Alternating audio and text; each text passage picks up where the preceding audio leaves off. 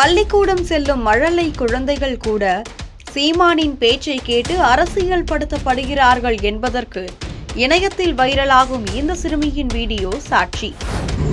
ஒழுங்காப்படி இல்லைன்னா எதிர்காலத்தில் மாடுகள் மேய்க்கணும்.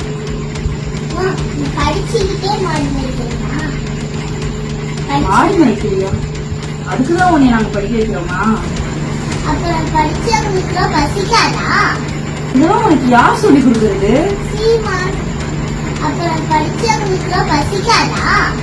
இதெல்லாம் உனக்கு யார் சொல்லி கொடுக்கறது? நாம் தமிழர் கட்சியின் தலைமை ஒருங்கிணைப்பாளர் சீமான் தனது பேச்சுக்களால் ஒரு தலைமுறையை தூண்டி உள்ளார். அவரது வார்த்தைகள் வெறும் அரசியல் உரையாடல்களாக இல்லாமல் தமிழர்களின் அடையாளம், வாழ்வியல் முறை மற்றும் எதிர்காலத்தை சார்ந்து அமைந்தவை. குறிப்பாக படித்த இளைஞர்களை விவசாயம், ஆடு மாடு மேய்ச்சல் போன்ற சார்ந்த தொழில்களை நோக்கி ஈர்க்கும் அவரது கருத்துக்கள் சமூகத்தில் பெரும் பரபரப்பை ஏற்படுத்தியுள்ளன.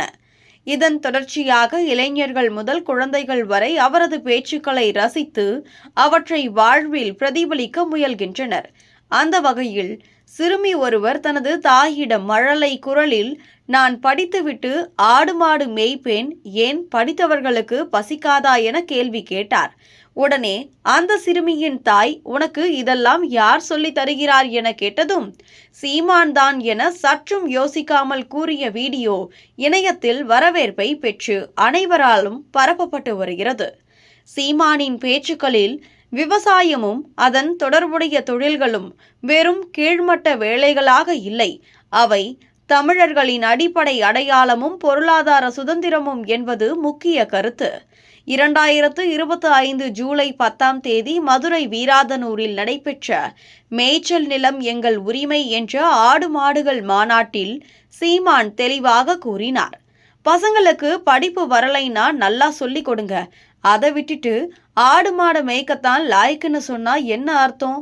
இது சமூகத்தில் பரவியுள்ள படிப்பு வராதவர்கள் மட்டுமே விவசாயம் செய்யலாம் என்ற பாகுபாட்டை எதிர்க்கும் ஒரு உணர்ச்சிகரமான அழைப்பு" என கூறினார்.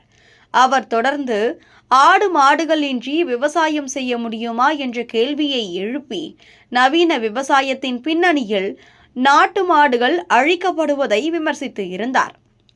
இது வெறும் உணர்ச்சி வெளிப்பாடு அல்ல.